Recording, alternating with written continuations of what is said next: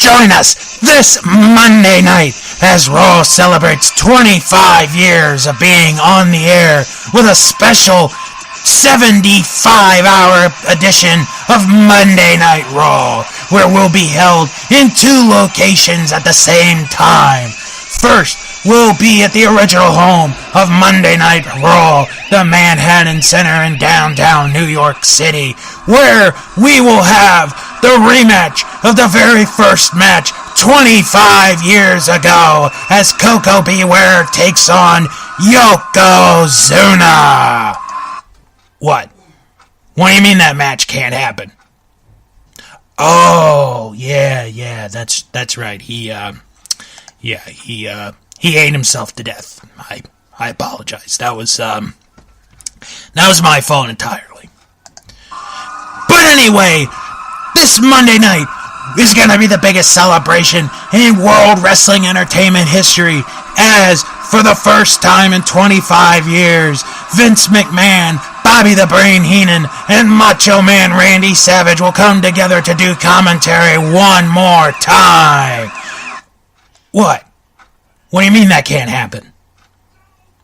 Oh yeah, Randy died in that car crash, and then why not Bobby?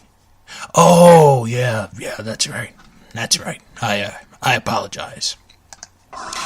Well, anyway, even though we won't have the original crew, good old JR Jim Ross and Jerry the King Lawler will be there to commentate for at least the first 2.5 hours of this celebration, because we know, even us, that our current commentating team sucks, and we can only have JR and the King do Monday Night Raw, especially the part where Jerry calls out for puppies.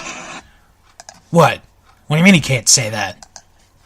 Oh, okay, I apologize, I didn't know that can't be said anymore. But this celebration wouldn't be a celebration without some of the all-time great superstars, like the immortal Hulk Hogan.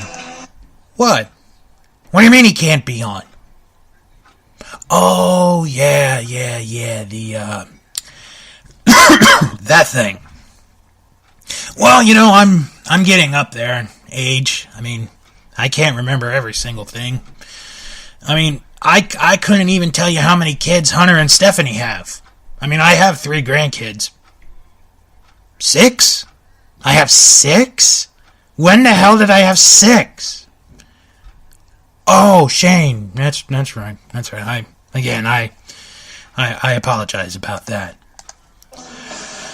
Also to be on the 25th celebration of Monday Night Raw are some of your all-time favorites, like D-Generation X, Stone Cold Steve Austin, The Rock, The Nation of Domination, Los Boricuas, the DOA, and the $1 Million Corporation.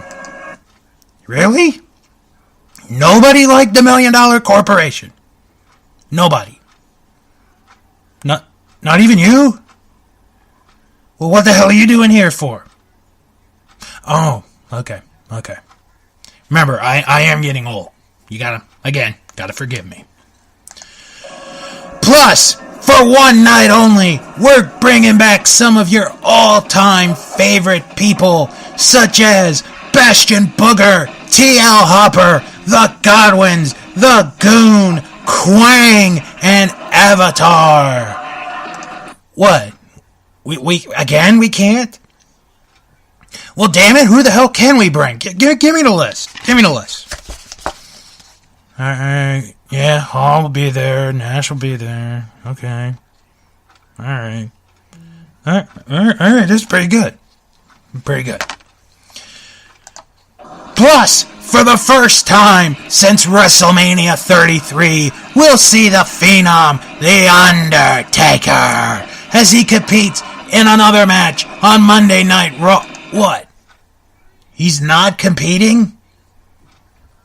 But why not? You know, I'm really getting tired of the point where I'm not being told of anything. I'm Vince McMahon, damn it! I just may as well stick to my new football league. Also, for his one of 8 appearances throughout the year is Brock Lesnar. And if that's not enough, we're gonna bring back the Divas because we know you want to see the classic 5-minute match between Melina and Alicia Fox as we put them together one last time in a 10-minute Iron Man match. And wait a minute, what? We can't? Why not? I don't care that Cameroon is not on the roster anymore. That was her favorite match of all time. You know what? I'm just going to about wrap this up. I mean, you guys are really pissing me off at this point. You just really are. Join us this Monday night for the 25th anniversary of Monday Night Raw, where we bring back your favorite superstars and have the current superstars that nobody likes because they wish it was still the Attitude Era. Join us for Raw 25. There, you happy? Now go shove this intro up your ass. Oh boy, Vince McMahon's really lost his edge on introductions. Hey everybody, welcome to a special edition of That Wrestling Show. Fro and I are here, and Fro, we are here to celebrate 25 years of Monday Night Raw. Monday Night Raw! And we're going to do the show a little bit differently today than we usually do. Because we're going to do Raw first. Yes, because one of us has to go. Yes. And after about an hour, our Norwegian companion will have to leave, which is okay. Yep. Because I have other topics to discuss, and I actually have a little bit of something that grinds my gears that I'm going to talk about on this show instead of on a certain social media platform. Let's just say that. But do we have a winner from the trivia last week? We do have a winner, and it is for the second time in a row, Jason Richardson. Yay! Who correctly got the name of the band, and can you tell them the name of the band, Fro? No, because I don't really remember. Oh, shit. Isn't it? It's like a day to remember, I think, isn't yes. that? Yeah. Something like that. Yeah. So Jason has 2 more entries into the big WrestleMania draw. Mm-hmm. All right. It's time for trivia again then. All right. And what are we going to be questioning this week? We are going to do WrestleMania 21, because why the fuck not? Yeah, exactly. The tagline was WrestleMania Goes Hollywood. I do remember that. Yeah. The theme song was Big Time by the soundtrack of our lives. Oh, I don't remember that. Well, I remember the next year, Peter Gabriel's version of Big Time was the theme for WrestleMania 22. Yeah. The sponsor were Snickers. Okay. Snickers candy. And it was in the Staples Center in Los Angeles. Attendance was 20,193. Wow. 93, yes. Must have been a sellout, I think. Probably. And the first question goes actually to the listeners. All right. Because there was one dark match, and it was a 30-man inter-promotional battle royal. And I want to know who won it. I think I remember, but I'm just not going to say it. So. You can write it to me. Yeah, I will. I think I know. While I'm testing you in other questions. That's right, actually. That's what I thought. Okay. Yeah, you were right. First match is Rey Mysterio against Eddie Guerrero. I remember this. This was a good opening match. It was. Rey Mysterio won that match. He did.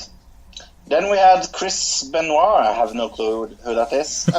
Chris Jericho, Christian, Kane, Shelton Benjamin, and Edge in a Money in the Bank ladder match. The very first one. Yes.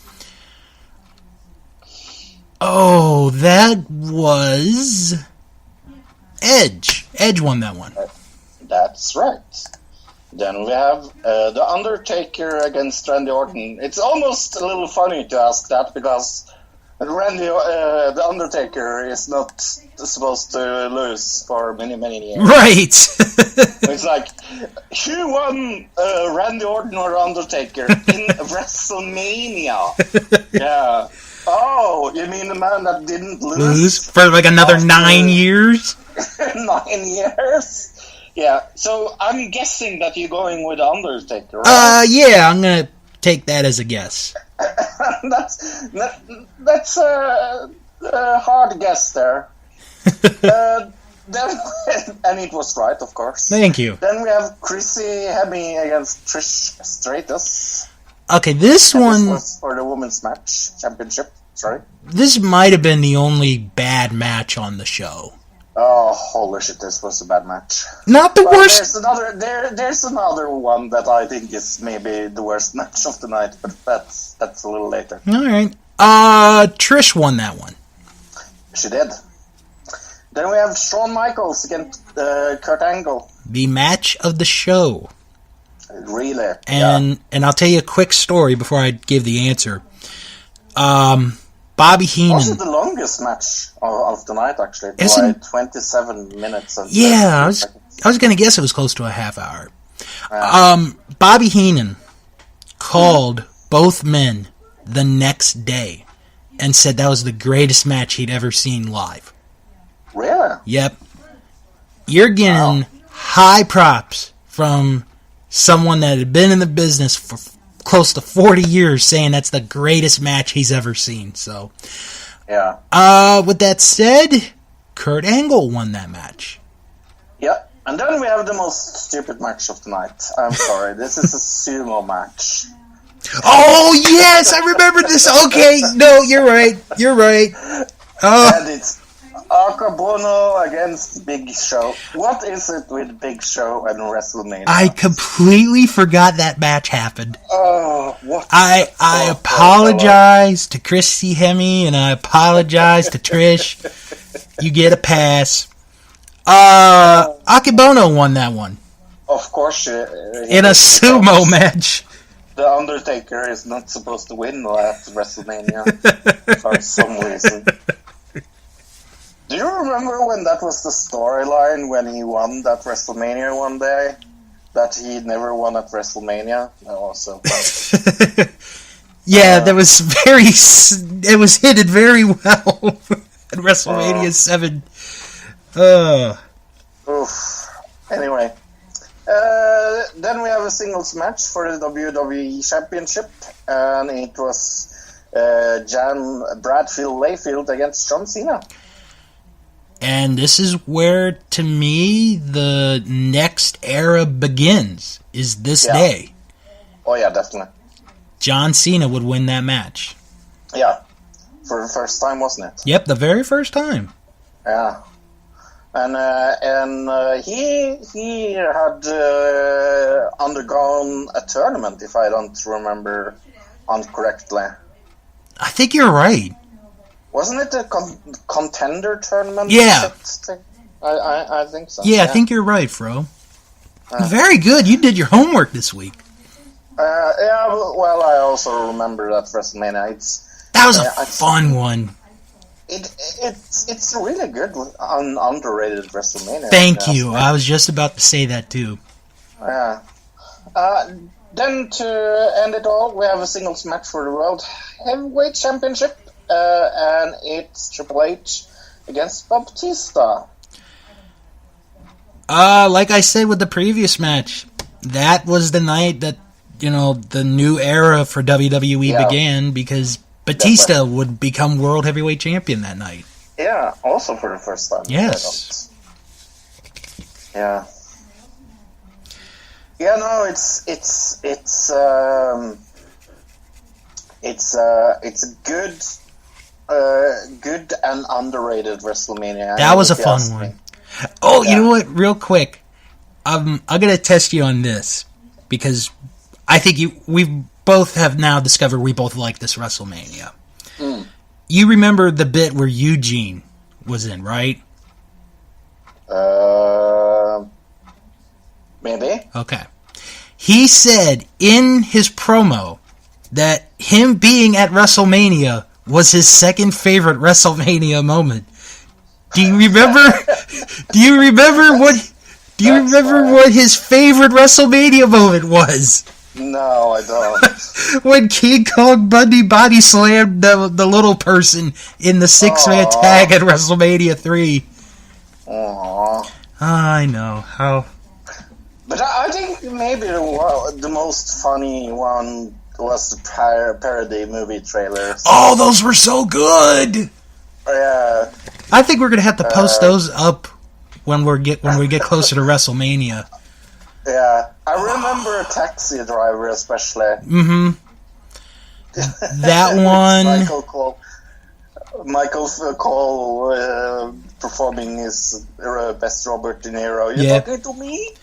Oh, there was what else was there? Not Fatal Attraction. What was the Yeah. They had Fatal Attraction. the one, the Sharon Stone one? Oh, Basic Instinct. That's it. Yeah, that was a good one. Yeah. They had some good ones. Oh my! I'm gonna have to look that up. Oh my gosh! I think my favorite one is Braveheart, though. Oh my god! I'd have to watch them again, Fro. I'd have to watch them again to pick a favorite. Dirty Harry. Dirty Harry was a good one. With Clint Eastwood. Pulp Fiction was a good one. Good one, yeah. Didn't they do a Forrest Gump one? Yeah. I think, and yeah. When Harry Met Sally. Yeah. Oh, yes! And Gladiator, of course. Oh, Fro's bringing back good memories today. Yeah, but it's really underrated. It is. I do think it's one of their big ones, and it's not talked about a lot. I agree. Okay, before we get into Raw, I said on our Facebook group the other day that I had a major announcement to make. Toot toot. And I wanted to do this while Fro was here. Sort of to A, have him hear it, and B, to maybe pour a little salt in the wounds. Not really sure.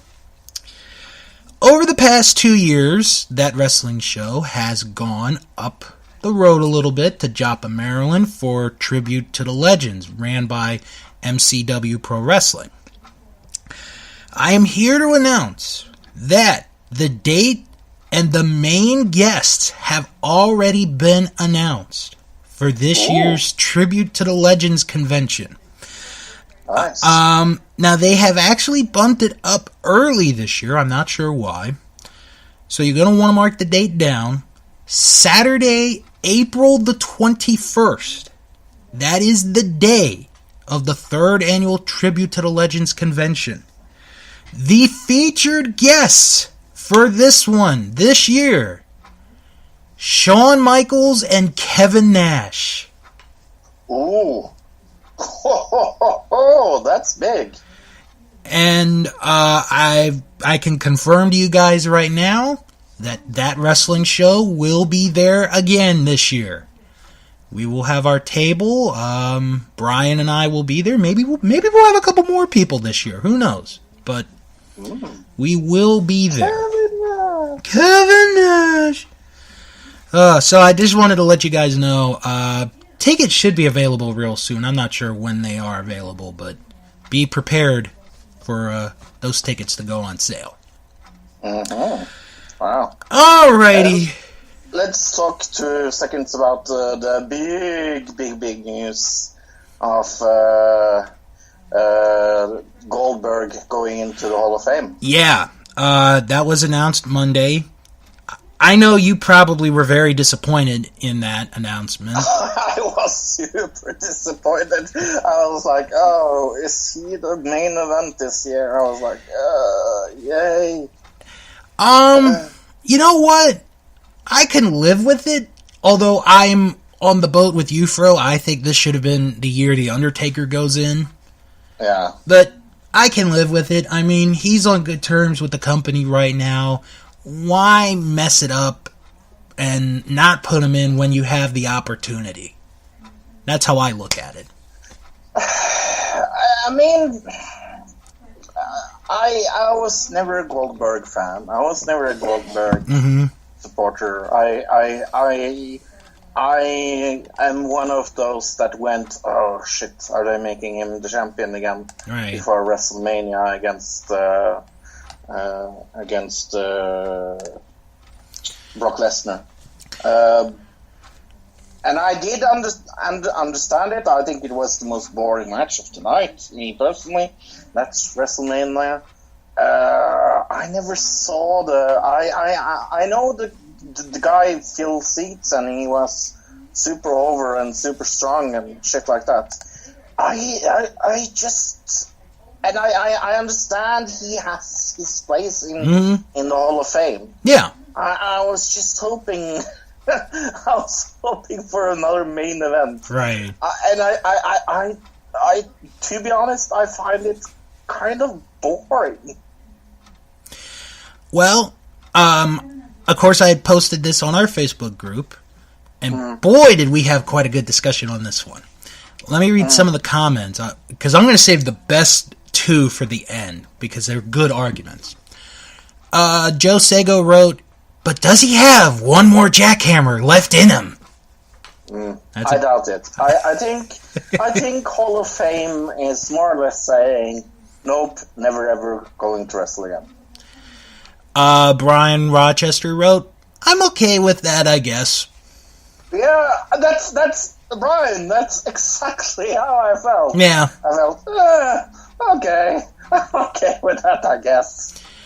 Ziggity Z wrote, yes, Ziggity Z's in our group. How about that? He belongs. Good choice. Yeah, I see the argument. He belongs there. I just wish he wasn't main event. Alright, now we're going to get into the argument or the case of him not being in the Hall of Fame. And this is from Kevin Durant. No, not the basketball player. Brian and I know a guy named Kevin Durant. And he makes a good argument here on this one. So I'm going to read this. Personally, I think he's one of the most overrated wrestlers, right up there with Hogan and Warrior. Yes, he drew fans. And yes, he got WCW wonderful national attention. However, he had a whole slew of issues which I will list below. And there's 4 of them. His conditioning sucked. He was incapable of making quality matches due to his lack of endurance. This is why you will notice almost all of his matches were squash matches, and the ones that went any sort of length were very poor to watch. Think WrestleMania 20. 2. He was incapable of making other wrestlers look good. This is to me the biggest asset to all the great wrestlers. They can sell. That's a really good argument. They can sell better than their peers, which is why they put on the best matches. I don't ever recall Bill selling well for any opponent. Makes his opposition look like crap that way and hurts the whole roster since no one appears able to hurt him. 3. The streak which brought him fame in WCW was also a huge problem. When you create a mythic streak like this, all of a sudden it is a rollaway freight train that you cannot stop while making it believable. It took a monster like Brock Lesnar and an older Mark, Undertaker, to make that streak look like it actually deserved to end. And 4, he has a reputation for being an unsafe wrestler. He has hurt quite his share of guys due to his lack of refinement. Bret Hart had his career ended by Bill due to a misplaced kick in the temple, which possibly led to his stroke as well. This is a clear problem with many current wrestlers too. While I am sure I will be destroyed here on Facebook, in my opinion, there are many other deserving wrestlers that have yet to make it to the Hall of Fame that contributed to the sport in so many other ways. However, if we are only electing people to the Hall because they were popular and not good wrestlers, then he deserves to be in it. After all, this sport is all about popularity and selling tickets nowadays, not the actually performance in the ring. To which Joe Sago had a good reply. He said he put I just want to respond. Okay, oh yeah, go ahead. I think I agree with absolutely everything he says there. I also find him somewhat overrated, and I do find arguments for other people deserving the space in the Hall of Fame better than him. Then again, one of my arguments against it is like there is not really any Hall of Fame. Right, there's not a physical Hall of Fame. There is no physical Hall of Fame. If it was a physical Hall of Fame, do you know what? I would actually probably would be more disgusted by this choice, because then I would think he didn't deserve it even more. But since it's not really a Hall of Fame other than the ceremony and the clock and things like that, I am not sure I super... I'm not super angry, I'm just angry enough. And you know, I've had this discussion with Jim Boy Star from Now That's What I Call Podcasting in the past about the Hall of Fame.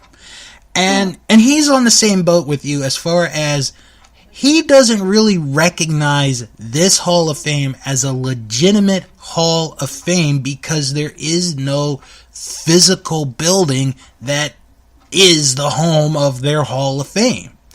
And this has been something that has been talked about in the past of, they're going to maybe do it in Orlando.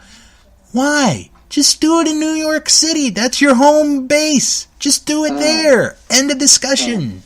But no, you're not alone on that one, Fro. You're really not alone.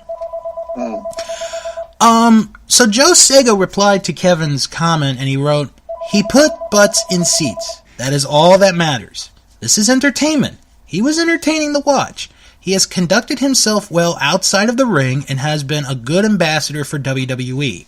He deserves to go in the Hall of Fame.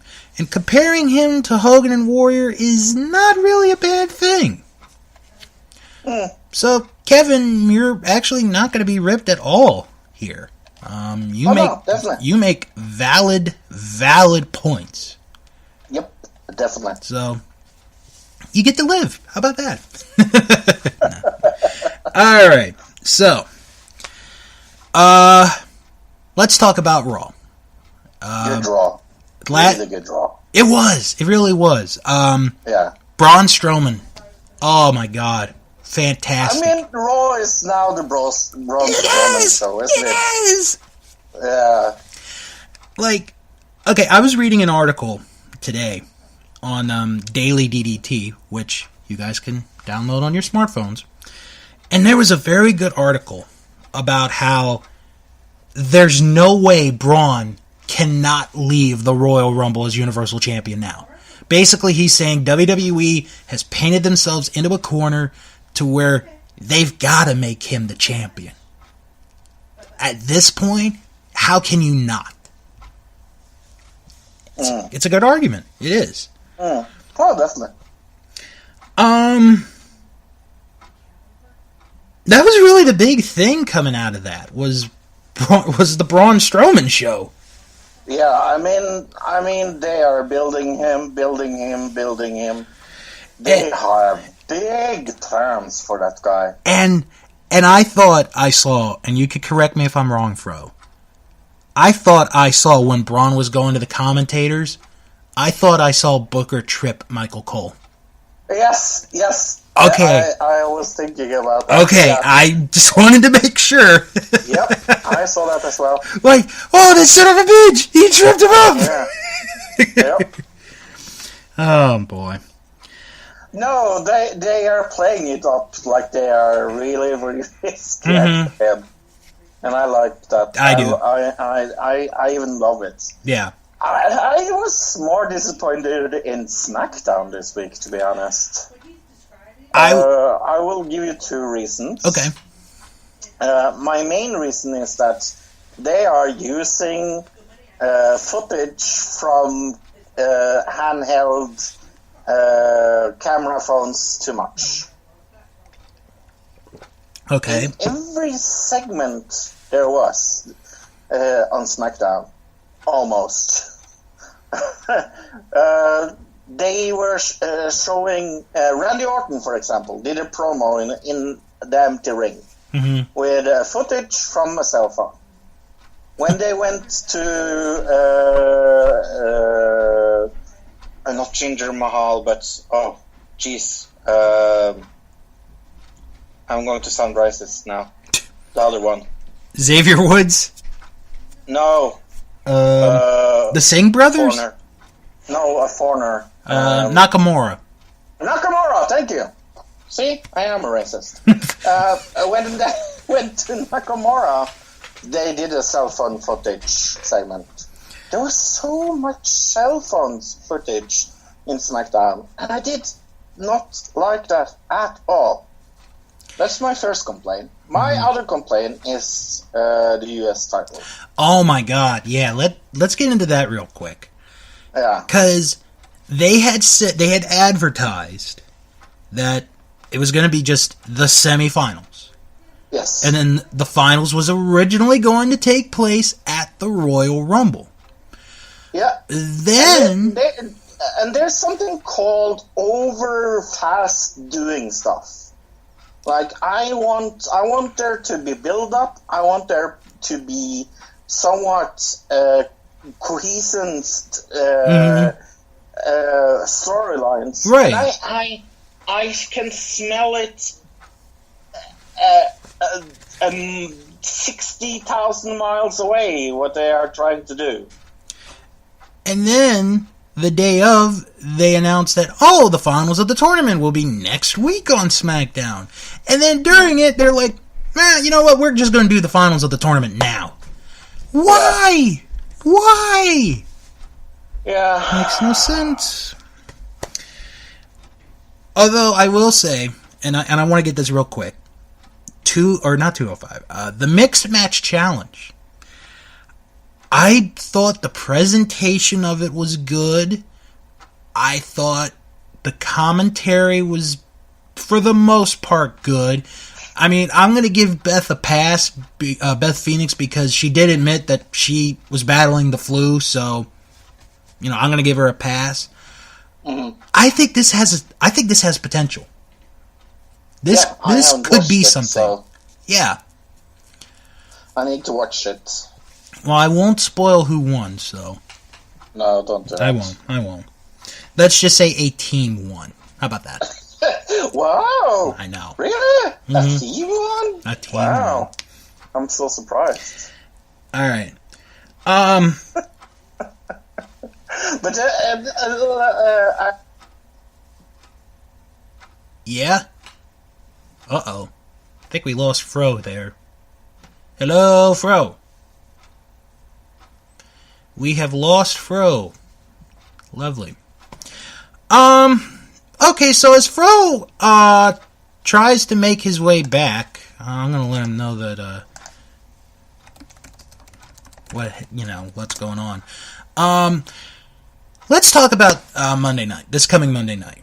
It is the 25th anniversary celebration of... Oh, there we go. Whew. Thought I lost you there. Did you mute yourself? Hello? No. Hello? Hello?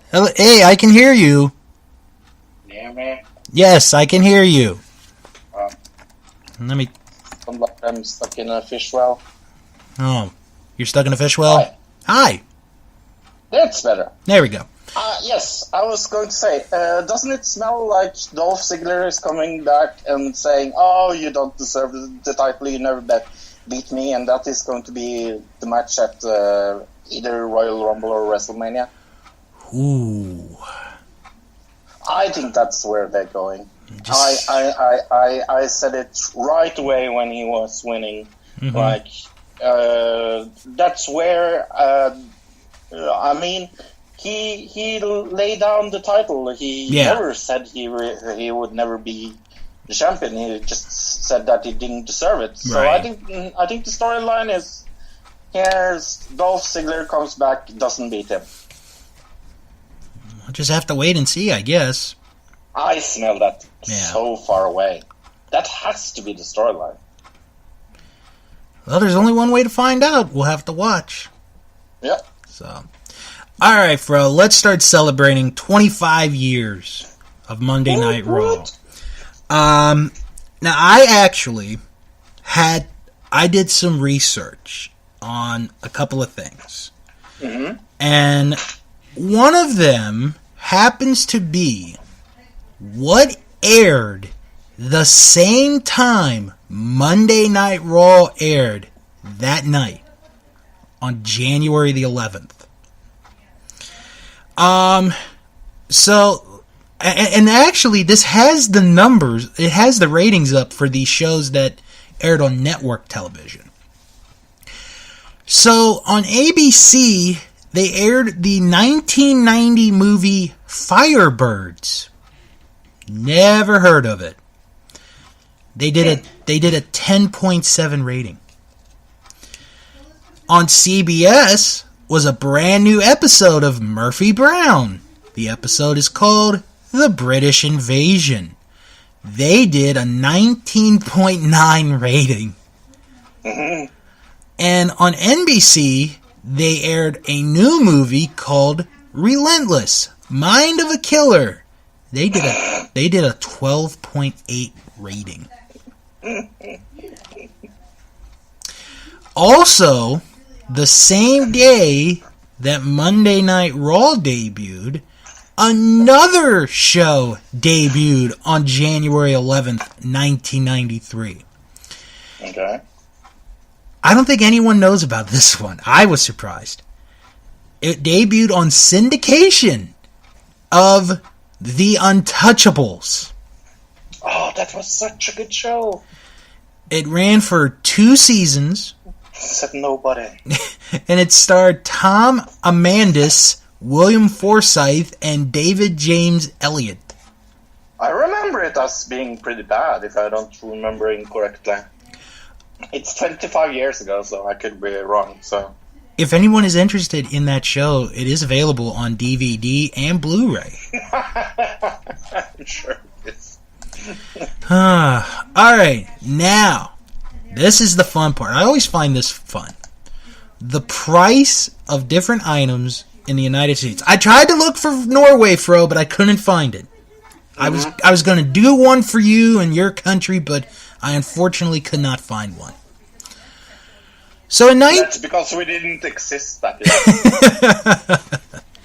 So in 1993, the cost of a postage stamp was 29 cents. The cost of bread was $1.57. The cost of a gallon of milk was $2.27. The cost for gas was $1.16. If you wanted to buy a brand new car, it only cost you $12,750. Ooh. The average income was $18,472. And if you wanted to buy a brand new house, it only cost you $124,573. How big a house is that, though? I'm not sure. Mm-hmm. Also, the cost of a movie ticket was $4.14. And if you wanted to send your baby to Harvard, tuition only cost $23,514. Jesus. I know. Expensive then. Only $23,000. Wow. All right, so over the weekend, I asked a question on our Facebook group, and it was a pretty simple question. I'm going to read these responses, and then we'll both give ours. Mm-hmm. How old were you when Monday Night Raw began on January 11th, 1993, and what were you doing then? And how old are you now, and what do you currently do in your life? So, should we answer first, or should we read the comments? Read. All right. I'm going to start with Joe Sego, and I know him very personally, so. He was 16 years old, and he was a sophomore at DeMatha High School. He wrote, I remember thinking that Monday was a silly night for wrestling and wishing it was on network TV since I had no cable in my room. There you go. That's a good point. Killenberg wrote, I was almost 11 months old. So he was a baby. Goo goo gaga. I'm a baby. Charlie Bishop wrote, I was 7 years old. I remember watching the older Raws, but don't think I grasped it. I do remember my bedtime fell halfway through it, and I thought I was sneaky and watched the last 30 minutes on mute. That's a good one. Ruben Vasquez Jr. wrote that he was 18 years old when Monday Night Raw began. Brian Rochester wrote that he was 11 years old. Now he's 35 years old, and he's not much of a fan of the current WWE product. Gary Patton Jr. wrote that he was 5 years old.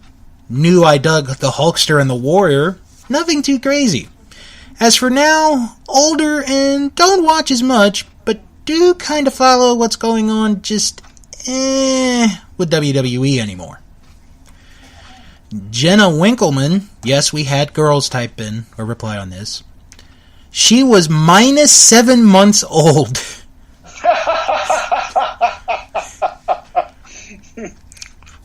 But fun fact, it was a week after my 6th birthday that Chris Jericho made his debut to the company. Now, I am 24 and I am a master's student working for my clinical psychology degree. All right. My man, T.W. Hamilton, Wrestle Vessel. He's got some good wrestling stuff, DVDs and merchandise. He wrote, I was in kindergarten and 6 years old. I started watching wrestling in 1992 and also appreciated the late 80s era too via magazines and old tapes. Now I am 31, graduated with a bachelor's degree in communications, but never found full-time work in that field. I currently work at a high school and still trying to find myself debating if I need to go back to school for a new career or if I can keep doing what I am doing while earning more consistent income via side jobs such as tutoring and helping out the athletic director with sports game events. I also stopped watching wrestling in 2010 as the WWE products seemed to get boring for me starting in 2007, and I gave up by 2010. I still read the news and rumors and might watch via computer stream Royal Rumble and WrestleMania still. And finally, Dean Presho wrote, I was baby. So we have some youngins in this group. Yes, we do. I feel old now. All right, so Fro, it is well documented that at this point in your life you were not a fan of wrestling. No, I wasn't. But how old were you when Monday Night Raw began? And this was in 94? 93. 93. Yeah, I'm born in 79, so you do the math. You would have been... 16? Oh, no, you would have been like 13 going on 14? You said I was born in 79. Okay, so plus 10 is 89. And then 90, 91, 92. Hold on. Wait, 10, 11, 12. Yeah, you would have been 13 at the time. Ooh. Going on 14. Yeah, I'm a late bloomer, everybody, when it comes to wrestling. Yeah, but when it comes to wrestling, I am really. Yeah. Like, I didn't come in before late, early 2000. Right. And that's how late I came into wrestling, so... And I'd imagine that you were in school at that time. Yeah, at age 13, I was probably in school being bullied. I don't remember what I was doing when I was 13. Probably in school, yeah.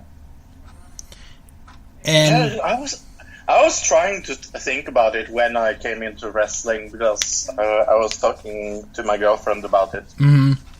And I was a little like, I think it was in the 2000s because I remember my first pay-per-view, and maybe you can help me with this. Okay. Jack Swagger won the ECW title. Okay, so this would have been in pay-per-view. This would have been like 08? Yeah, maybe that late. All right. Yeah. And, so it was the new ECW. Right, the new ECW. Yeah. All right. And this was, I remember, because my intake was that I started watching TNA at the moment. Right. And then they had a storyline with Booker T was going over to WWE, and they made him lose match after match after match after match on TNA and like bullied him. Do you remember that? I do. Awful storyline. I do. Mm-hmm. I think it was 2008. Yeah. Okay, for me, I was 7 years old when Monday Night Raw started. And I went to bed at 8 o'clock, so I did not get to see like the first several months of Monday Night Raw. I'd known about it from TV, but I don't think I started watching it until like the summer, because in the summer that was when I was allowed to stay up a little bit late. Right. I mean, not... But you were into wrestling already then. Right, okay? right, I was at that time. Yeah. So, yeah, I was 7 years old. I was in the second grade when Monday Night Raw started. Jeez. Yeah. Time flies by. Yeah, time flies. So, now that we've given, or some of us have given our life stories, we're going to have some fun now. Because this is, for me, the fun part. Because we're going to laugh, we're going to go, and I'm sure you're going to be, I don't remember that. So, if you don't have the WWE Network, don't worry, I've got your back. They came out with their list, WWE did, of the top 100 Raw moments. 100 through 26 was picked by WWE. The top 25 was chosen by the fans. Okay. There's going to be some questionable rankings in this one. Okay. So let's get going. Let's get going. We start with number 100. Hugh Jackman knocks out Dolph Ziggler. Yeah, I remember that. That's a good way to start this list. Yeah. Number 99. Mike Tyson knocks out Chris Jericho. I remember that. Oh, this list is going to be a knockout. Number 98. Santino Marella wins the Intercontinental title. Yep. I remember that one. Yep. Because nobody had ever heard of him at the time. No. I've seen it after the fact. Yeah. It's good. It's a good moment. I love Santino, so I was a big Santino fan. 97. Big Show throws Floyd Mayweather out of the ring. Yeah. I've seen that, of course. 96. Kurt Angle named the Raw General Manager. Yeah. I don't know. That's. I'm not sure it should be there. I guess. 95. Stephanie McMahon announces she's pregnant. Oh yeah. Oh man, that was a wild one. That was a horrible storyline, wasn't it? Mm-hmm. And then it led to the divorce, and then the fake divorce, you mean? Yeah. 94. Wyatt family and Shield face off. No, that was a good moment. That was a good moment. Yeah. 93. Paige wins the Divas title on her opening night. Yep, that was an amazing moment. Mm-hmm. 92. Cactus Jack and Chainsaw Charlie in a dumpster and get pushed off stage by the New Age Outlaws. Never seen it. Okay, I'll give you the quick story. Cactus Jack and Chainsaw Charlie decided to have a fight, and Mick does a dive from the Titantron, the bottom section of the Titantron, not the top, dear Lord, onto Chainsaw Charlie in the dumpster. The Outlaws then come out, they close the dumpster, they tie the dumpster up, and they push the dumpster off the stage. Okay. It was a pretty weird, wild moment. 91. Kofi Kingston beats up Randy Orton in Madison Square Garden. And changed dialect, yeah. That should have been his moment. They should have pushed him. But well, they are now, so yeah. Kind of. Kind of. Number 90. Stephanie McMahon is arrested. Yep. I don't know how that made the list. I mean, that was a good moment, but I just don't know how it made it. 89. Sting debuts on Raw. Yeah. Oh, I remember that. 88. Little kids surround John Cena singing They Got the Whole World in His Hands. That was such a creepy moment. Oh, it was so good, though. Oh, yeah, but it was so creepy, though. But that's what made it good. Yes. 87. Sasha Banks beats Charlotte in the main event on Raw. Yep. 86. Chris Jericho throws Shawn Michaels through the Jeritron. That should be a little higher. Alright. 85. The AJ Lee pipe bomb. Yes. That's the right spot, I think. Yeah. 84. Randy Orton attacks Shane and Stephanie McMahon. When is this? What year is it? 2009. Yeah. Like, he gives Shane the pun and then he DDTs Stephanie. Oh, yeah. And then I think he kisses her at the end, and it was like, oh, shit, there's no turning back now. Number 83, Jim Ross interviews Mankind. That was good. That was good. Yep. Number 82, Stone Cold Steve Austin chasing Vince McMahon on an ATV. Oh, I don't know why. Anyway. Number 81. Snitsky kicks fake baby into the fans. Oh, why? Why is this on the list? Hey, it wasn't his fault. Why is this... boo. Number 80. Stephanie McMahon versus Vicky Guerrero in the mud. Oh, that was such an awful thing. Yeah, but Vicky went out on a high note, to be fair. Number 79. Batista quits WWE. I could live without that one on the list. 78. Steve Austin throws the Intercontinental title in the river. That was alright. But this next one is a real good one.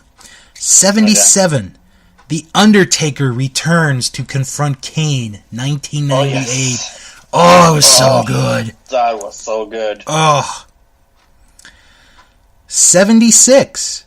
The Trial of Eric Bischoff. I have never seen this. Oh, bro, it is so fun. Because Eric Bischoff wasn't doing too good at this point, so Vince McMahon decides to have a trial. And the coach represents Eric Bischoff, and Mick Foley represents everybody else. And there's this one joke. It's a bad joke, but it was funny to me, where Vince calls for recess, right? Okay. And Mick's like, oh, good, recess. So he pulls out this metal lunch box, and he starts eating his lunch, his sandwich and stuff. Because he thought, it was recess where you go and play and you eat. Oh, I thought it was funny, but you have to see it. 75. Goldberg returns. Sorry, who? Goldberg returns. Oh, Goldberg returns. Okay, yeah. 74. Mike Tyson joins DX. Yeah, that is an amazing thing. That one should be higher. Yeah.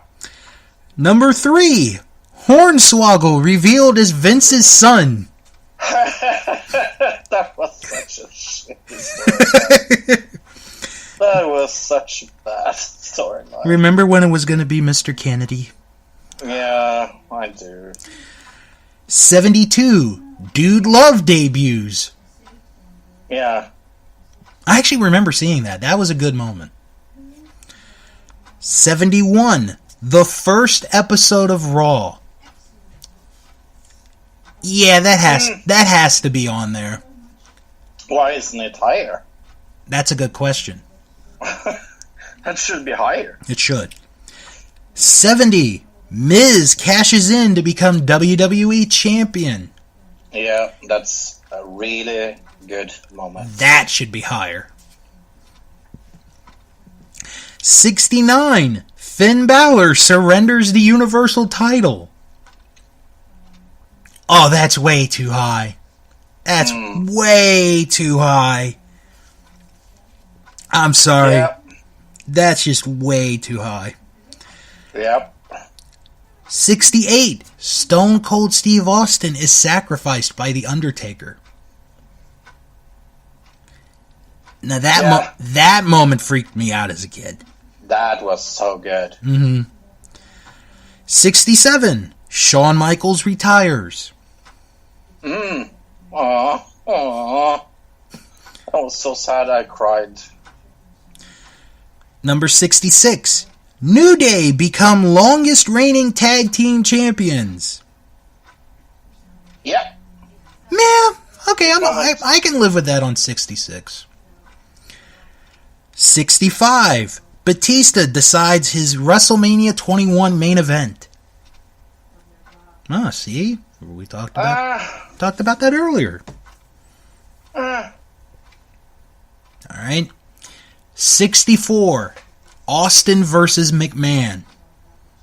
64? 64. Really? This is Really? This is the one that beats Really? Nitro in the ratings for the first time in a year and a half. I know! It should be much, much higher. Yep. It does. Much higher. I have no clue why it's so low. You ready for the next one? Okay. 63. The Shield reunite. No. Ahead of. How is that higher? I know. How is that higher? I don't know. That is just stupid. I don't know, man. Remember, this is their list, not ours. We could probably make a better one. Yep. 62. Kane and Daniel Bryan hug it out. Aww. That was a good moment. It was a good moment. That was a good angle. I loved that one. Alright, this next one I'm surprised at the ranking. 61. Triple H returns in Madison Square Garden. No. That should be higher. Oh my god, how is that so low? Oh, how is that so low, Fro? I know, clue. No clue. Number 60. Chris Jericho wins the WWF Championship, only for it to never happen. Yeah. That was a great moment. I saw that on TV. Oh my god. I thought he'd won the title.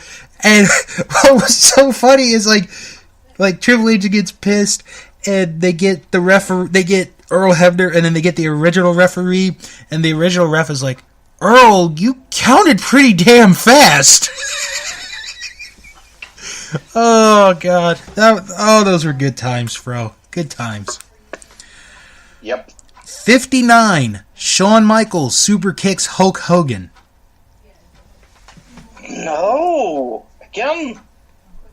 Wow. You don't think that should be on the list? No, not that high. Yeah. I'd agree, not that high at all. It should be lower on the list. Yeah. 58. The Rock gives gifts to the nation. Yes. Okay, true story. I tweeted Mark Henry once if he still had the watch that The Rock gave him, and he still does. He replied back to me and said that he still has the watch. 57. Steve Austin dumps cement in Vince McMahon's car. Okay. That was a funny moment. It was. 56. Bret Hart returns. I'd have that higher. I have that much higher. Just for everything that happened. Much higher. Oh, man. Oh, no. That would probably be in my top 10. I'd have it in my top 20. Oh, definitely. I remember that. It was so like... I have read everything about like the Montreal screwed up, and there were rumors, but nobody believed it. No, like, nobody believed it because it was so out of nowhere. No, this is way too far down the list. Yeah, like I thought when he got inducted into the Hall of Fame, that was surprising. Yeah. His return was more surprising than the Hall of Fame. Yeah. 55. X-Pac returns. Oh, too high. Yeah, I'd switch those two. Brennan, X-Pac. Not saying that X-Pac's return wasn't good, which it was, but I'd switch those two. 54. The higher power is revealed. Okay. I'd move it just a little bit higher because I remember the day that happened, we were talking on the bus of who it could be, and I remember this one kid, his name was Reggie, and he was like, I bet it's Vince McMahon, and I'm like, no way, it couldn't be Vince, and at that night, it is Vince, and then Jim lied with that classic one-liner, oh, son of a bitch! 53. WCW and ECW form alliance. Yep. But this is too high, low. 52. Kane takes off his mask. Sure. I could live with put it that. on the list. You wouldn't? But, no, I would put it on the list. Okay. But not as high, I think. Okay. 51. The Rock returns. Oh, yeah. Yeah, I guess. Number 50. Daniel Bryan retires. Oh, that was a moment for me. That was a good... I mean, that was an emotional moment, but that was a good moment. Oh, I cried. 49. Brian Pillman's got a gun. Oh, really? Fro, this is in my top 5 all-time moments. Yeah, this should be much higher. I saw that episode that night, and I had never seen that on wrestling before that night. I'm 11 years old, and my mind is so, like, holy shit, he's got a gun. I mean, I didn't say that, but still, the dude's got a gun. Yeah. Oh, God, that's in my top 5 Raw moments of all time. That is. Yeah. 48. Okay, I don't know why this next one's on this list. It should not. Vince McMahon trains for the Royal Rumble. No. Oh, why is it on the list? No. Could you pick another one? 47. Austin rides a Zamboni. Oh, yeah. Oh, God, yes. Good moment. Oh, my gosh. There was a video where they chronicled the Austin McMahon feud, and Jim Ross said in there about that moment, he talked to a security guard, and he said that when Austin did that, it was louder in that building than the night their hockey team won the Stanley Cup. Yeah. That's how good that moment is. Oh, yeah. 46. The live sex celebration. I'd have that a little bit higher, actually. I would. 45. Nexus invades.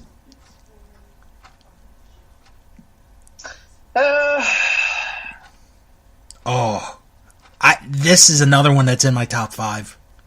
Yeah. I could not get to sleep that night because of how excited I was. It was really good. It's one of the big surprises. Like, Nexus was so extremely good. Oh. And when they had the Renaissance with CM Punk as their leader, they can be even better. Mm-hmm. Yeah. Number 44. Brock Lesnar throws a car door. Yeah. That almost hit a fan, I think. 43. This is a personal favorite of mine. Bob Barker hosts Raw.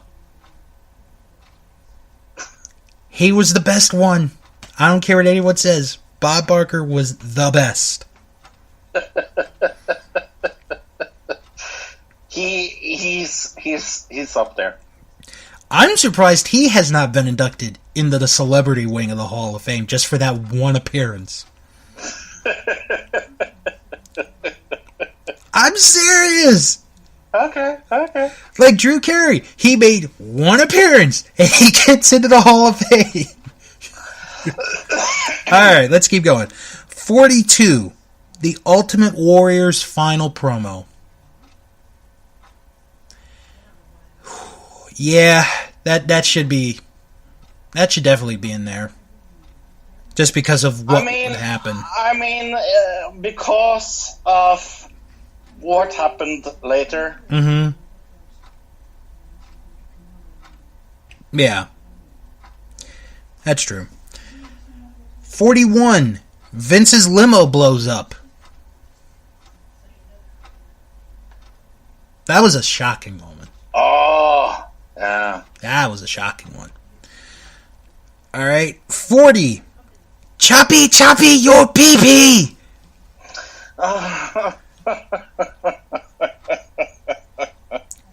Choppy, your pee-pee! Oh, man.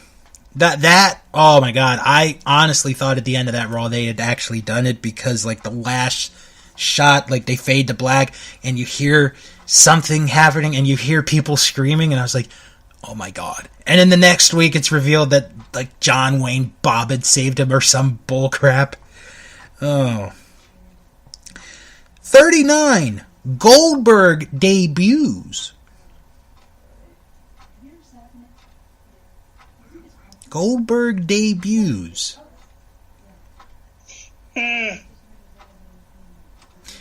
Getting a lot of Goldberg today. A little too much, if you ask me. 38. Dolph Ziggler cashes in. Yes. That is, I'll be honest, Fro, because I was there WrestleMania weekend. If I had to make one change, it would have been to have stayed for that Raw the next night.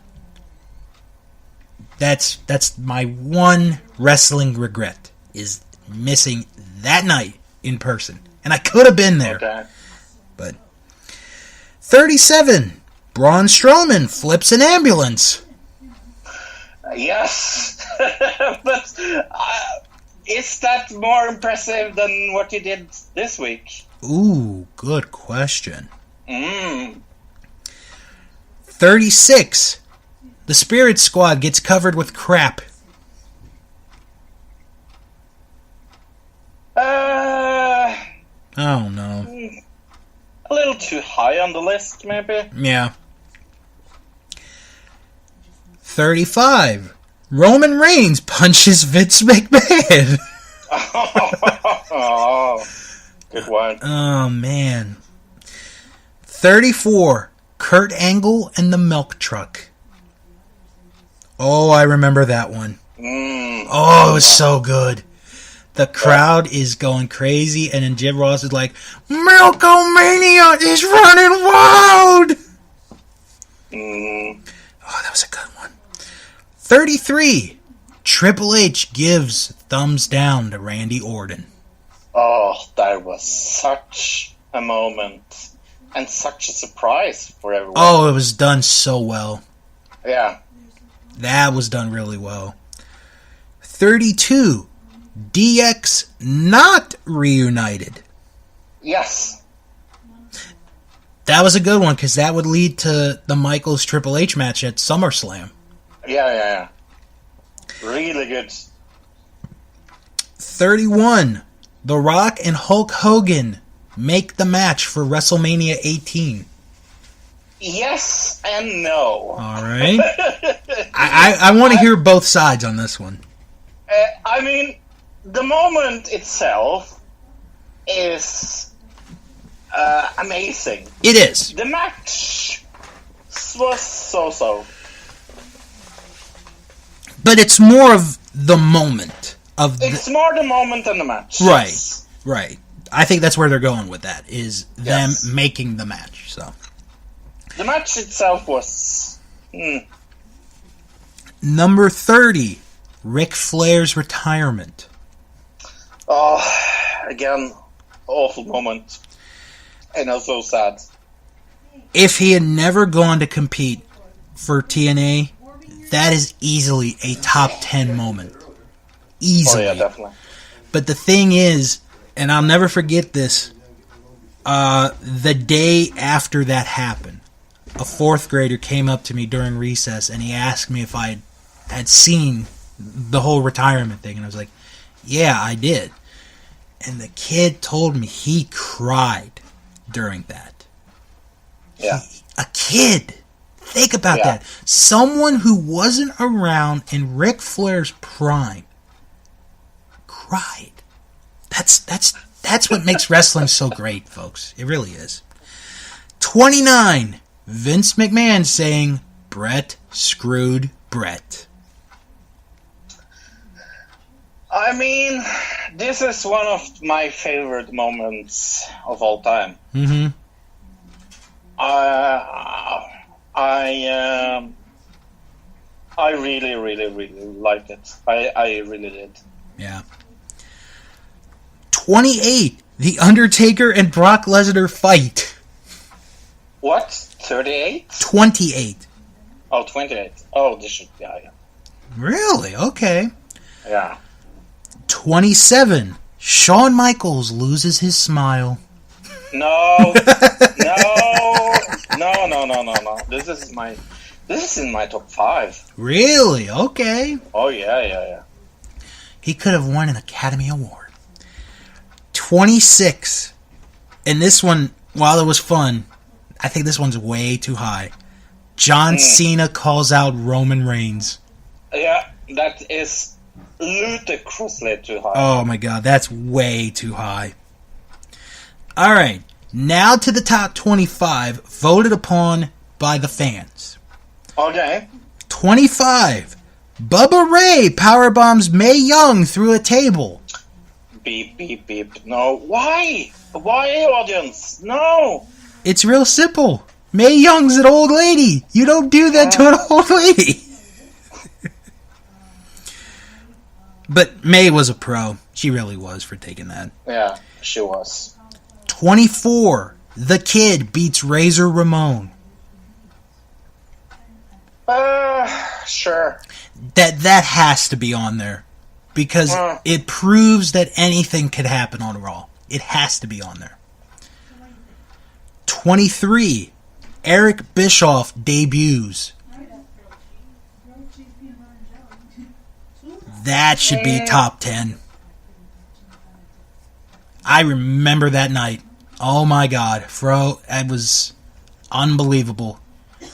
It was... How can I put this? It was as if Hitler and Stalin made up and became this superpower. That's the only comparison I can make. Although, according to Stephanie McMahon, that moment is the moment where WWE won the Monday Night War. Yeah, well... A whole year and a half later. Oh, Stephanie. Oh, my God. We should train you to say things before you actually say it. Write it down on paper. All right, 22. Shane McMahon buys WCW. Storyline purposes, I'm okay with that. 21. Tyson versus Austin.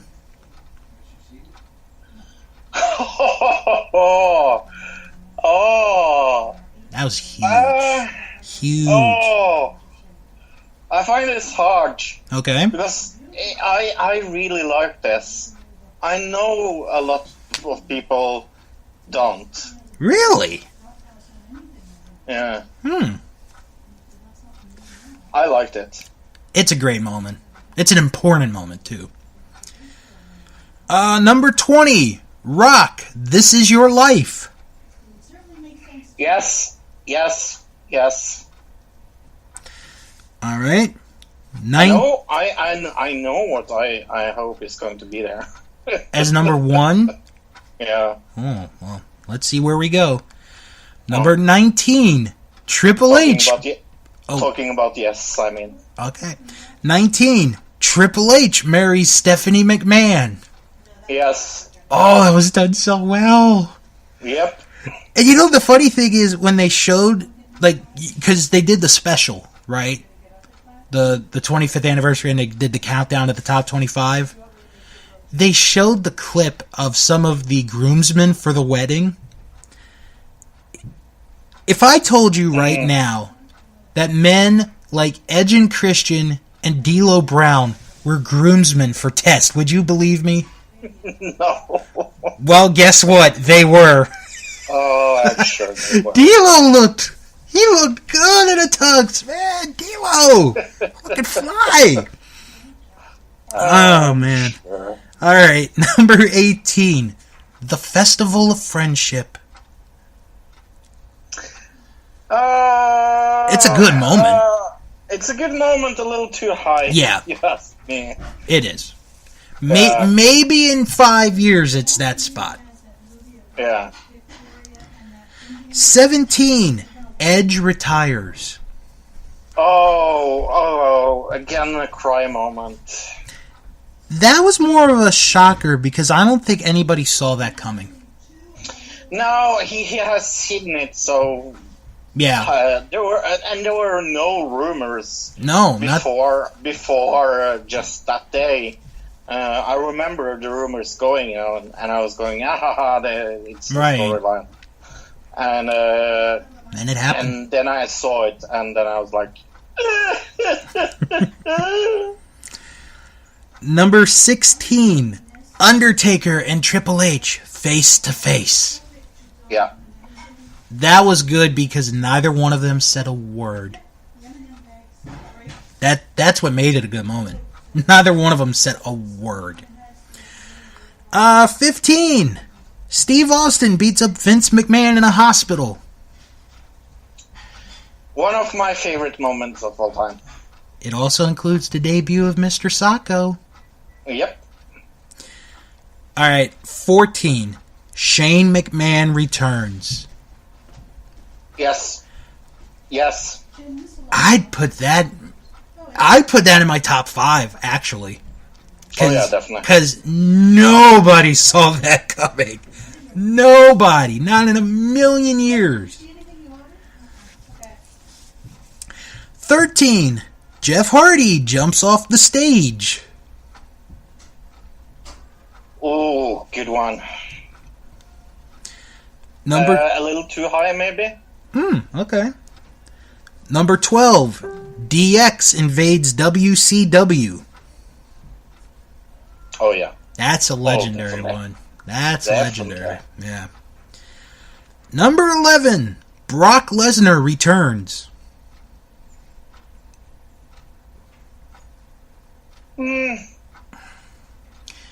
If he had done more, I would say yes. But Yeah, it's a little too high for me. yeah. Because, I mean, yeah. Were we super surprised? Really? I was a little bit, but not too much. All right, now to the top 10. Okay. Number Good. 10, John Cena joins Raw. Yes. Of course. I almost put debuts, but I wasn't sure if that was true or not. So, Number 9, Mankind wins the WWF title. Oh, good moment. Good moment. I'd put that higher. Yeah. I would. Number 8, Lita and Trish Stratus main event Raw. Yes. Definitely. And the match was Definitely. good. That's the thing. That match was good. Number 7, Seth Rollins betrays the Shield. Oh, this is a little too high for me because it's so new. Maybe down the line. Yeah. Alright. I don't agree with this next one. This is way too high. Okay. Number 6, Roman Reigns claims his yard. No. That is way too high. That is shit too high. How did that even get in the top 25, let alone the top 10? That is ludicrous. That is just ludicrous. I mean, I liked what he did, don't get me wrong, but my God, that's too damn high. Oh, yeah. Alright, number 5, and this is my personal favorite Raw moment of all time. Okay. Stone Cold stuns Vince McMahon in Madison Square Garden. Fantastic moment. Like I said last week, when our Vantage Point did their special episode for Raw, and I'll say it again, to me, that is the moment that changed the momentum in the Monday Night Wars. To me, in my opinion, that is the moment. Right there. Number 4, Chris Jericho debuts. Yep. Oh Good my one. God, that was a great moment. Number 3, the Yes Movement. Oh, shit. Is that number 3? I have so wished it was number 1. This is my number 1. Alright. That was a really good moment. I'm not going to lie. I love the yes moment. It just came off so well. Yeah. Perfectly blended storytell and shoot. So splendidly mixed together. Yeah. Number 2, the CM Punk pipe bomb. Oh yeah, okay, yes. This is my number 2 as well. I'm actually surprised this made the list because of the whole bad... Really? Only because of the bad animosity. That's the only reason. But yes, it does deserve to be in the top 10. And, Fro, drum roll please. The number one Monday Night Raw moment of all time, voted upon by you, the wrestling fans. Stone Cold Steve Austin gives a beer bath to the corporation. Yeah, no, I don't agree. I don't agree. It's in my top 10, yes. Mm-hmm. Not my number one. No. I'm going to agree with you, pardon me, on the fact that it should not be number one. Mm.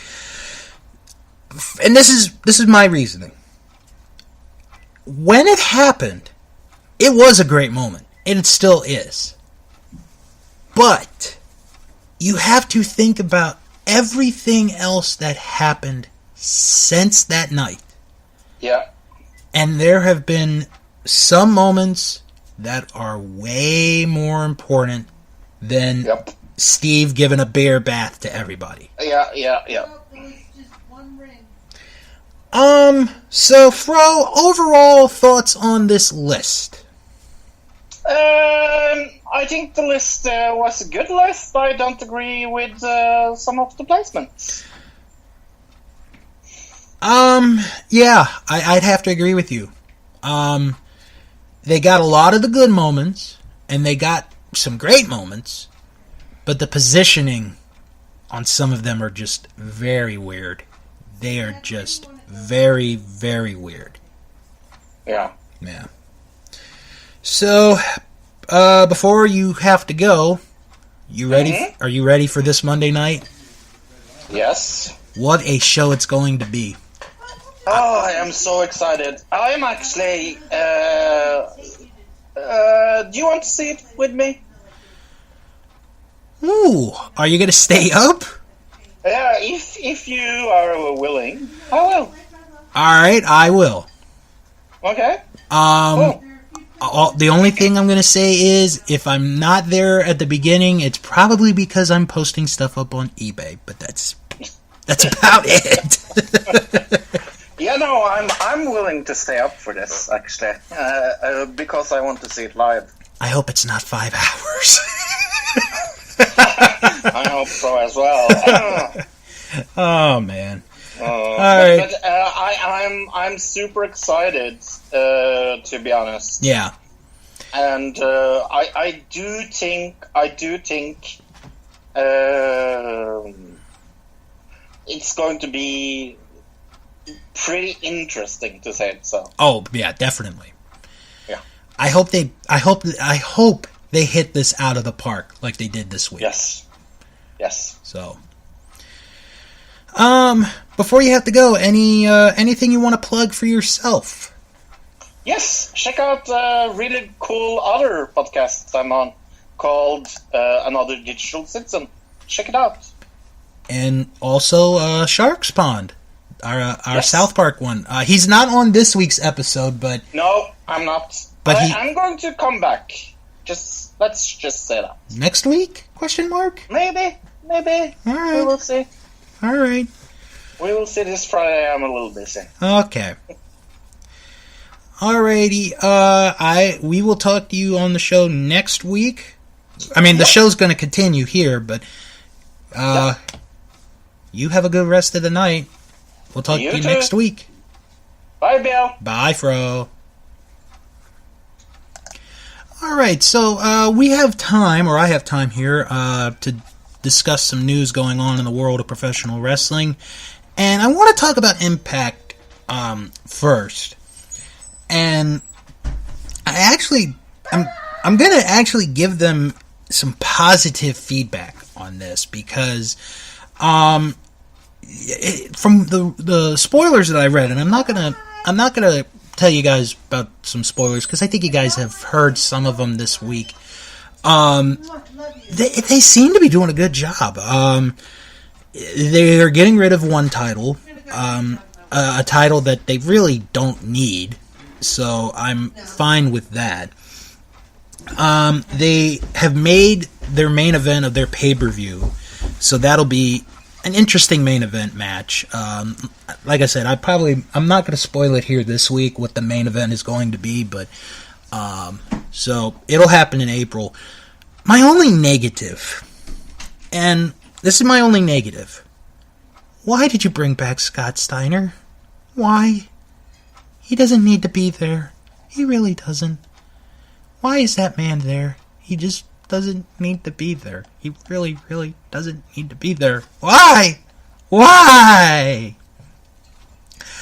Alright, let's get to other news. I got a chance to get on the WWE Network, and I got to watch some Mid-Atlantic Wrestling. They came up this week, some Mid-Atlantic Wrestling that you can catch on the network. If you haven't watched it, what are you doing? It's really, really good stuff. You should definitely check it out. The first episode that I watched was the episode where they announced where the rematch for Harley Race and Ric Flair was going to be, which would end up becoming the first Starrcade event. And that was a good episode. It was a good, it was well done, very good. Like I said, folks, I'd check it out. I really would. If you haven't, what are you waiting for? WWE, they signed 4 new talents this week, and they're all very well known. They signed War Machine, Ray Rowe, and Hanson. They also signed Ricochet, and they signed Candice LeRae, who, for those who don't know, happens to be the wife of current NXT star Johnny Gargano. So, very good news there on those 4. I think all 4 are going to do well. Obviously, Candice has some experience in the WWE ring. She was in the Mae Young Classic last year, and she did pretty good for herself, so I think she's going to fit in. War Machine, I think they're going to get a real liking to, because they're both big guys, but they're also very agile, so they're good. They are a very good tag team. They are one of my favorite tag teams right now going on in all of wrestling. Doesn't matter if it's WWE or Ring of Honor or anywhere. They are a really, really good tag team. Ricochet, I think, is the wild card. And I'm gonna explain why I think he is the wild card, because there's a group of there's a group of fans that like him, and I happen to be one of them. And then there's another group that isn't really that big, of fans of Ricochet. It's going to be interesting to see how he is able to showcase his abilities in a WWE ring. Are they going to let him, soar, fly around, be crazy? Or are they going to, tone it down a little bit? That's going to be something that is going to be something that we should really keep an eye on once he starts NXT. Is he the same Ricochet, or is he going to be a watered down version of Ricochet? So that is something that remains to be seen in the upcoming weeks and months ahead. There's a video I actually recommend everyone watch, because Fro and I, we've talked about the NWA and, Billy Corgan owning in and what they've done. There is a recent video that has come up of an empty arena match that they recently filmed, and it came up on Monday, of Tim Storm and Josephus. And if you haven't seen the match, one, I recommend that you go and see this match. I'm not saying it's a 5-star classic. I'm not saying it's the greatest match that wrestling has ever produced, but it's a fun match to watch, and it's sort of fun to watch. You don't have to know the product to see something like this. It was a very good story, very well done, and I think they knocked it out of the ballpark, to be honest with you. So if you get a chance, go check this one out. It's Tim Storm and Josephus. I'll spell out that name for you guys for those that might have a little trouble with that one. It is Jocephus.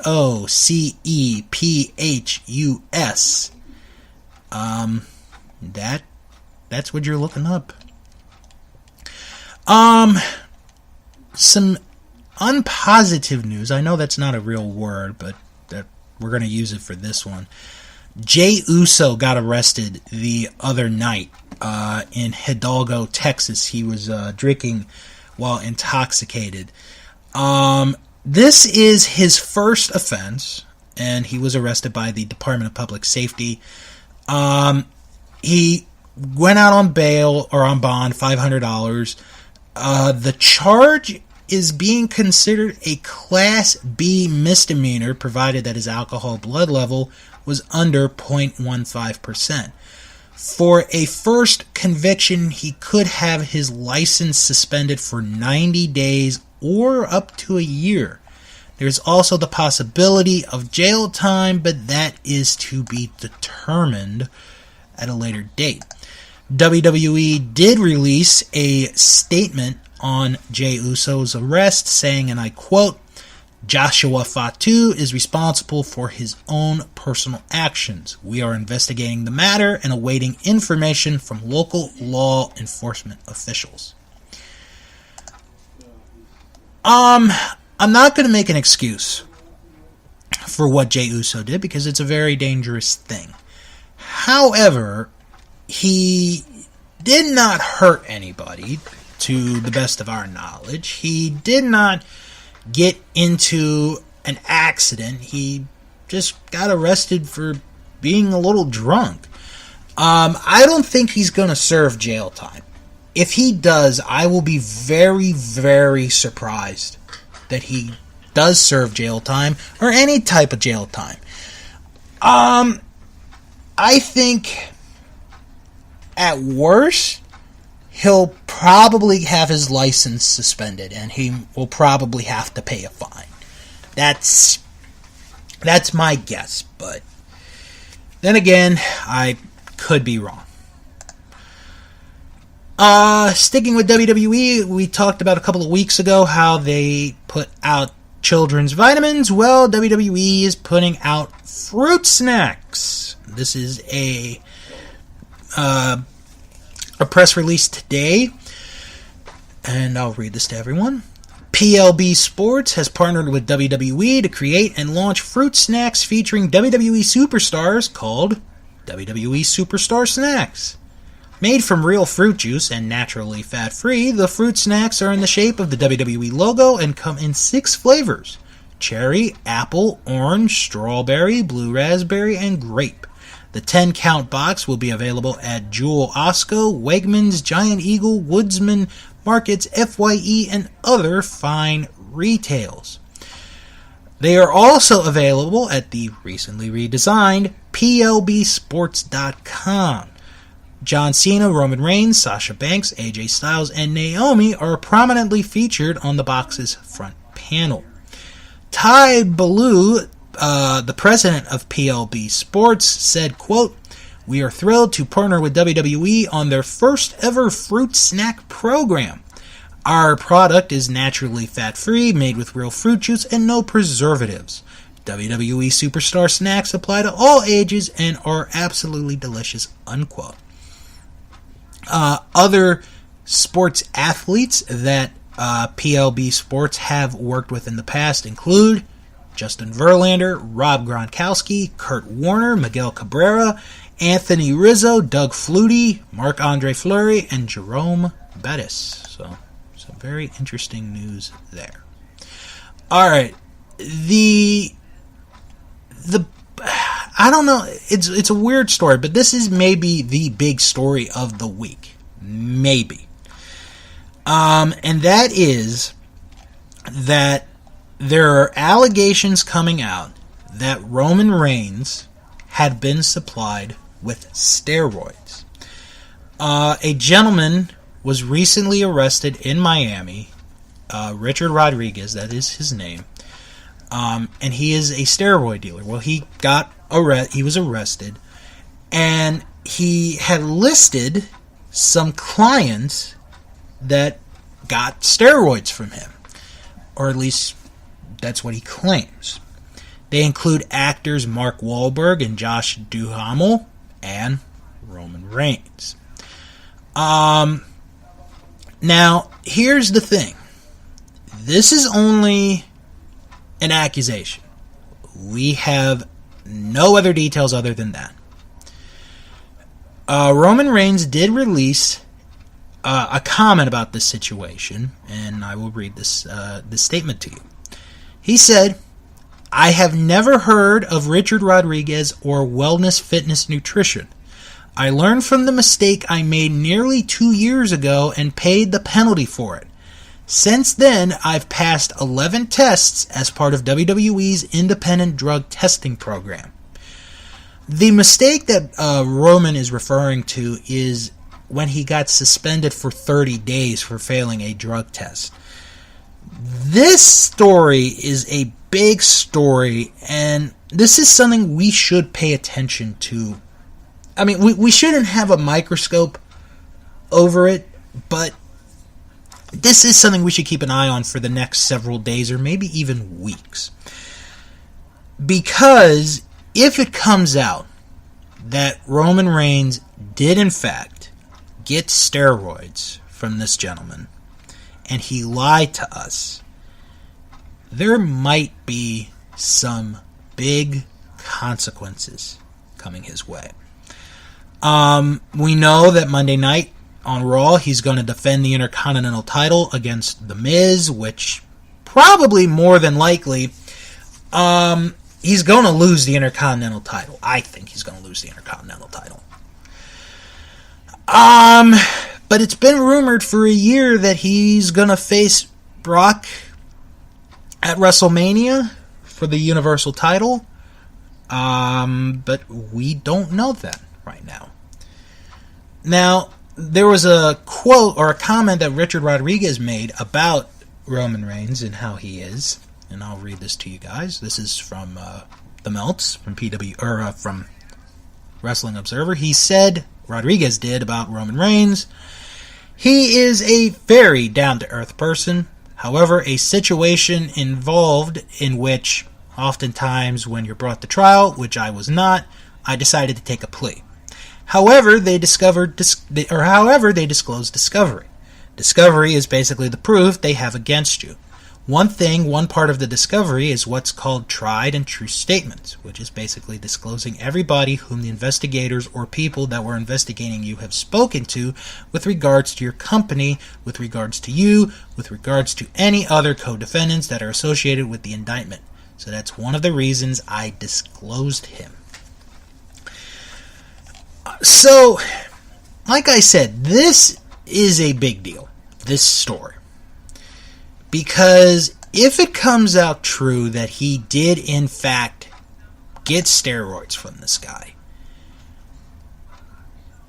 I don't know if his run is going to be jeopardized. I would think that his run would be in serious, serious trouble. Because he had made the mistake, and he had paid the price for it. I mean, he wasn't pushed for a while. But here, I don't know. I really don't know how this is going to go. I would like to believe Roman. I would like to believe that he did not take any steroids at all whatsoever. I would love to believe that. But then again, in this day and age, people have lied before and have, in the end, found out that they did lie. So, who knows what will happen. Like I said, we're just going to have to wait and see how this comes out. One more piece of news. This is concerning Raw's 25th anniversary. WWE announced that they will be having a special pre-show this Monday night at 7 p.m. Eastern. It will air not only on the WWE Network, but it will air on all social media platforms that WWE is a part of. This will have Renee Young, Peter Rosenberg, Sam Roberts, and David Otunga joining the pre-show broadcast to get ready for the big Monday night 25th anniversary celebration of Monday Night Raw. Well, let's wrap it up for this week. You can follow the show on Twitter. It is at Wrestling Show 11. It's pretty simple right there. You can join our Facebook group. Just type in That Wrestling Show fan group, and you are right there. And if for some reason you can't find us, click the link below in the description, and you are right there. Don't forget to check out the website, thatwrestlingshow.com. Visit the Patreon page, patreon.com/Bill's World of Podcasts, where you can help out not only this show, but other podcasts that I do. Don't forget to go to w2mnet.com with all your news on football, entertainment, soccer, wrestling, so much more. And that's really about it. That's all that I could think of. So next week, we got a big week because it is a live broadcast. It'll be live on Facebook, where Fro and I are going to preview the Royal Rumble event coming up not this Sunday, but next Sunday. We're only a week and a half away from the Royal Rumble. History will be made in Philadelphia, where for the first time ever, 2 Royal Rumble matches are going to take place. We're also going to preview the NXT event, and we're going to talk about Raw 25, and we'll also talk about anything else that happens between now and the time that you guys tune in to next week's show. Hope you all have a good, safe rest of your week. Have a wonderful weekend. Have fun watching Raw this Monday night, because you only get to celebrate 25 years one time. And when you are done celebrating Raw's 25 years, come back here next week for our big Royal Rumble preview show. Right here on That Wrestling Show, the only podcast where all pro wrestling matters. And as always, wrestle on.